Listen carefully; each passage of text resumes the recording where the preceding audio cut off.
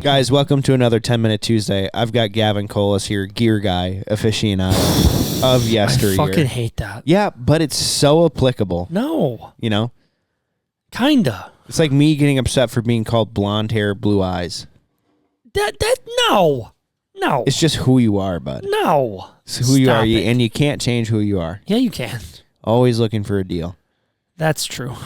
So, you're the gear guy. German Catholic. And that's okay. Just lean into it. Yeah. You know? Embrace it. It should get me paid.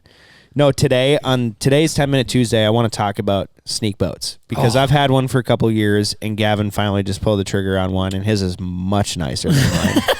And so I want to talk about some must-haves, some strategies hunting out of it, the areas you're going to be hunting, and the pros and cons. Must-have. My must-haves on my list were spot for the dog in the back behind me in my doors, nav lights, huge, inside lights, nav lights and inside lights, and a panel to actually run them properly were cream of the crop. I had to have it. And then something stable. I wanted something stable. That's why I went Four Rivers. But I wanted something that wasn't like tippy. Yeah. So no, I'm a big fan of mine so far. I've taken on one little drive around, nothing major yet. But my only complaint right now is I got the Mini, which doesn't come with a crossbar option. I'm kind of wishing I had a crossbar to hold. Crossbar. Like to hold on to when you're driving because I stand. It's like I just have to stand and hope I don't hit anything. Yeah. So that'd be kind of nice. But other than that, I mean, I'm loving mine so far. Yeah. Grass. When you got a PPF on it? I got my PPF mud motor on it. What CC is that? 6.5. 6.5 horsepower? Yep, 6.5 horse. Here's the thing that I noticed when I hunted out of mine. Very difficult to put the amount of decoys that you need into it. See, and that's what's wild is I definitely feel like maybe you and I both do this. The few guys I know that hunt a lot of them don't bring that much shit. What is it? Like, and I always want to bring a bunch. Like, you know me. I want to bring all the gear. Always. You're going to throw the trailer. Dump the trailer. Opening day, dump it. I'm in. Let's go. Right. 23 dozen. I'm fine. Just need to say how many decoys you have. Continue. No, I just threw a number out. I don't think it's that many. Might be less. Mm-hmm. But no, like, so I was talking to Jake from PPF, the owner, and Jake's like, dude, I run like 2 dozen decoys in it and like 6 goose floaters in a rowboat. That's it.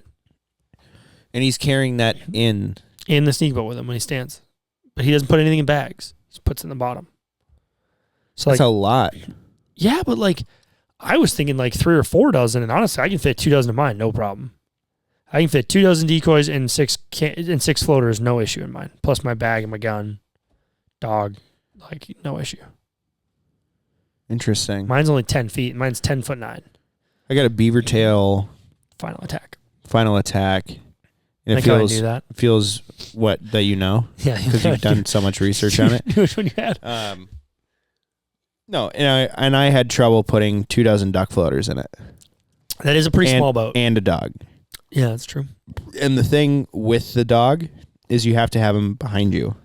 Yep, or if you put him off in the side. If you put him in the front, you're going under. Yeah. It's unacceptable.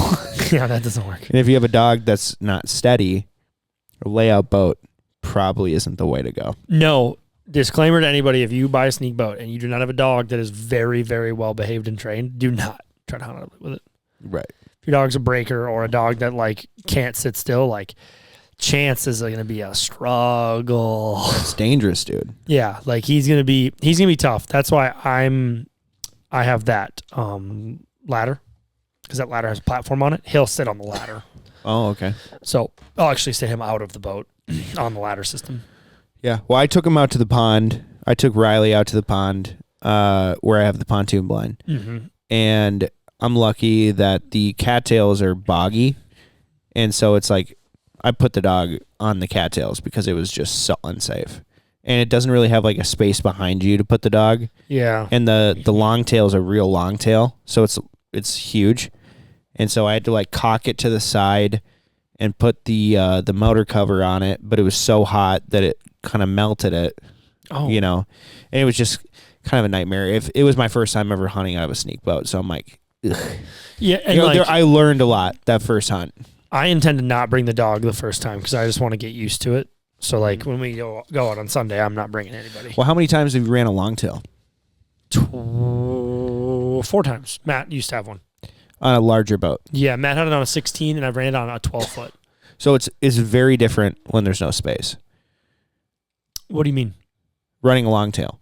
Yeah. When you're in that small boat and you realize how much you have to move the motor, and as you're throwing out decoys from the boat, you will get those lines caught in your motor.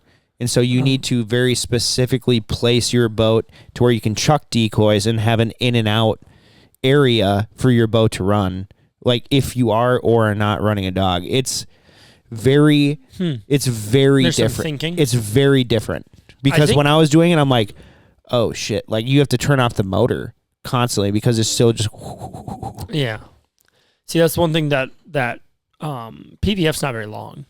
It's not as long as yours. It's a little shorter. Right. So that part's kind of nice. No, I think the one thing I have 2 buddies that have sneak boats that are very experienced sneak boat guys. The one thing that I'm curious about is I think guys put decoys too close to them a lot in the start. So I intend to wherever I'm going to hide, just say I'm going to hide in the cattail point. If the point's here, I'm going to put the boat out 5-6 yards, and then I'm going to park it parallel and just throw everything out. Because my one buddy's I have nothing closer than 15 to 20 yards from me, ever. Mm-hmm. He goes, so diver lines are a little complicated. You got to run it. He goes, that gets a little weird. He goes, I just run off the left side. He goes, but if I'm just throwing puddlers out and geese out, he goes, I just park the boat, kill it, put my pole down so I stay in a stationary spot, and then I throw everything out. Right. So that was kind of my thoughts, was to do it that way. So we'll see kind of how that plays out.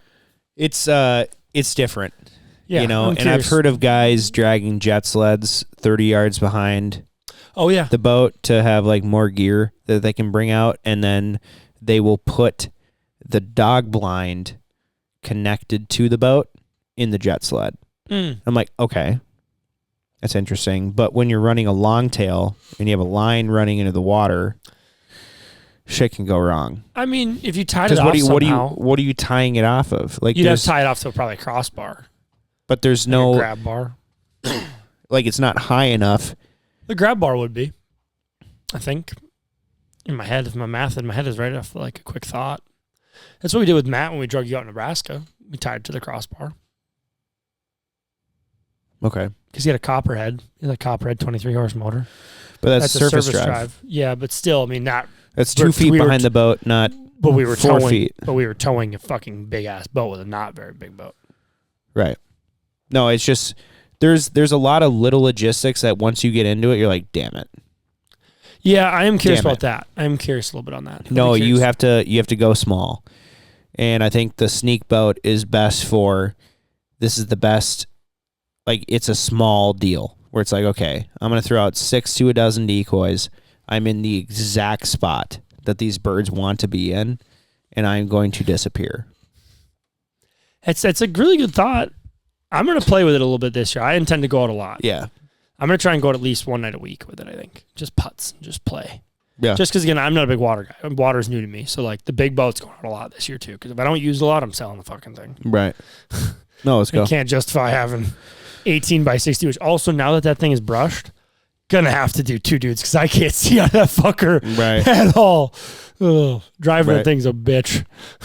Oh, for sure. No, I'm just so stoked to get out. And now one of my best friends has a fucking sneak boat. So it's ooh. Let's go. And we both hunt pretty similarly. So it's okay, we're thoughts. And if 2 guys go, I mean, if we can fit each 2 dozen decoys, it's 4 dozen. You remember where we went out and shot timber in Minnesota? Yes. No. Mm-hmm. That would be dope. We're going back there. We have to. We're going back there. We have to. I have it in on that lake. The perfect spot. Really? Matt bought 15 acres on it. My buddy from work. Really? My buddy from Daly. So we're just going to launch from his house. Matt's not done clearing, but at some point, we'll be able to literally launch from Matt's backyard. Matt will have a dock and everything on that. Ooh. Lake. Matt bought 15 acres right on the far corner. You remember where we had to walk up and try and find that wounded one? Mm-hmm. 4 doors down, Matt bought the corner 15-acre lot. It's not far from the hunter harassment guy. No, it's actually 2 doors down. It's 2 doors down. I know. But Matt's dude, anytime you want to hunt, just let me know. He's got a full driveway going down to the lake water and everything. We'll just launch right there. Oh my God. That's going to make that lake accessible. So, too accessible. Pros and cons of the sneak boat. Expensive, right? What'd you spend on yours?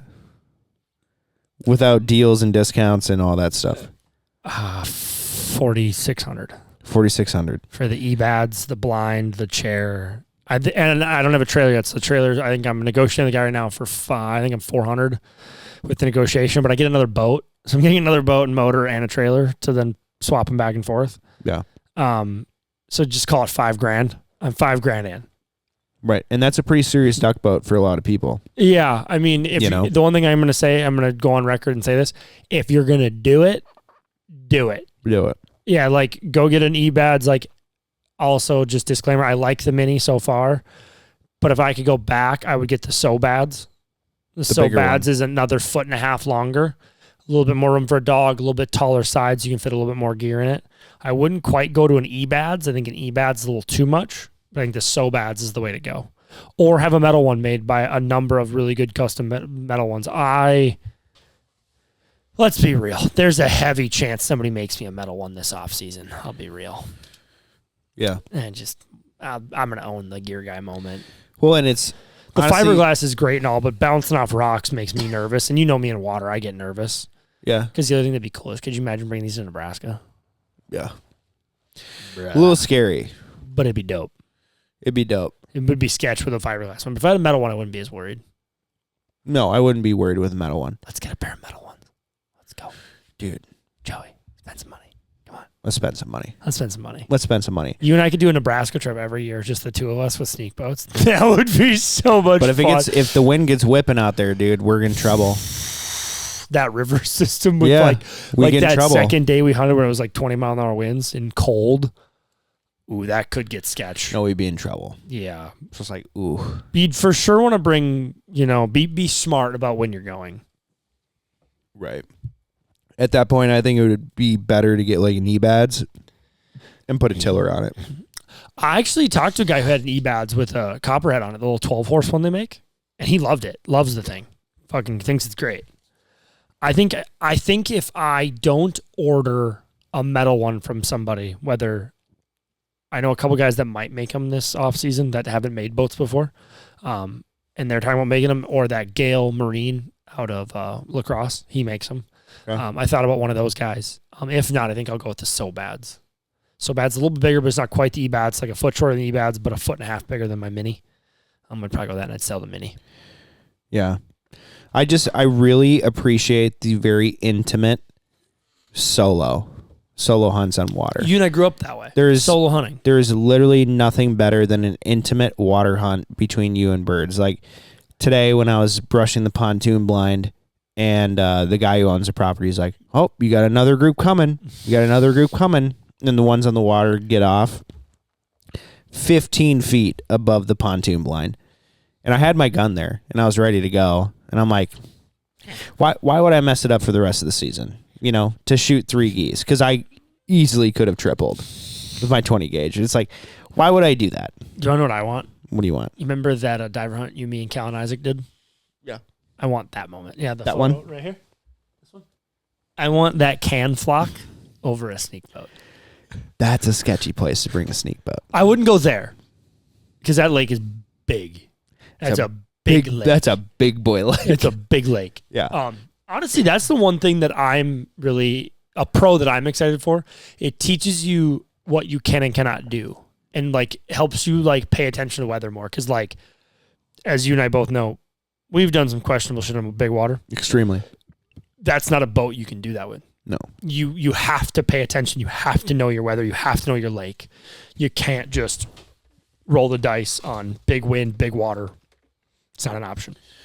No, you can't. And I've gotten very extremely lucky in my life.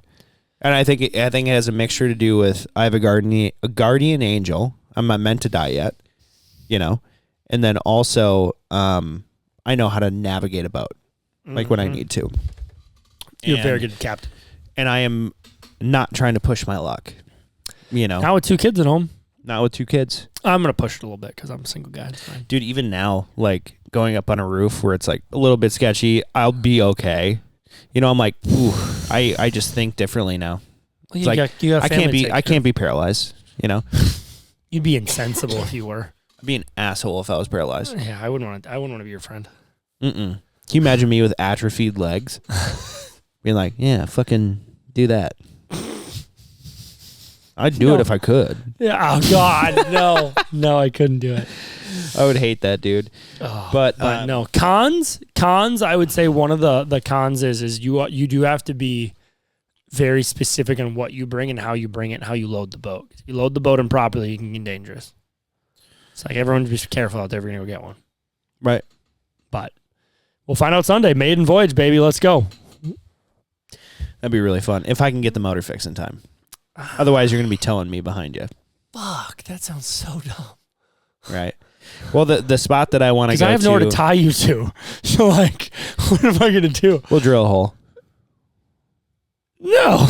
We'll drill a hole through the top, and then we'll just tie a knot. Yeah, sounds so. Oh, great. come on. It wouldn't hurt anything. No, No one would even notice if they bought the boat from you. I'm not doing that in my boat. We'll tie it to the transom. We'll disconnect the motor. Die. We'll disconnect the motor. Tie it through the hole right there. We'll just tie it to my motor. There you go. What could go wrong? Right into the water. Call Jake. My boat goes down. Call Jake. Hey, I'm gonna need another PPF. My bank account set up like got my checking and my savings, savings and my checking. Right. Oh. No, but like I'd say the biggest con for sneak boats is small water, small spread, being right where the ducks want to be. There's nowhere else to hide. There's no possible way to hide. You just park your boat right next to the cattails, throw a little anchor off the back, you put a pole in the mud, and you just flip your doors when you're ready to go. Yeah, I'm excited. Very excited. Dude, this can be fun. Yeah, we won't bring any dogs. We'll just you and I. We'll just lay out boat. Little two-man layout boat on Sunday. We'll each bring a dozen decoys, and I'll bring a couple of flashbacks. Oh, yes. Test the flashbacks out. I haven't hunted over one. Oh, I've tested them. And I know they're badass. And they are Logan, fire. Yeah, Logan's. And they are fire, dude. I threw two out tonight. Oh, God. While I was brushing the pontoon blinds. And let me just tell you, they're hot. Hot to trot. I need one. They're fucking awesome. God, why did I say that on live on the pod? I need more gear. Yeah, just what I need everyone to bring up. Guys, thank you so much for watching this week's 10 Minute Tuesday. If you're thinking about getting a sneak boat, I suggest you scour Facebook Marketplace. Find a cheap one like I did. Make a new friend like I did. And get yourself one for anywhere between $1,000 to $5,000. And I guarantee you, you will kill a lot of birds with that thing. It is so much fun. The 3 times that I've taken mine out, it was unfair. It was really unfair. I was passing up on dozens of birds. I waited till they were within 15 feet. So 28 gauge. Let's go. Yeah, give me a 48 gauge. You've killed birds with it, you know. Oh, anyway, thanks for watching.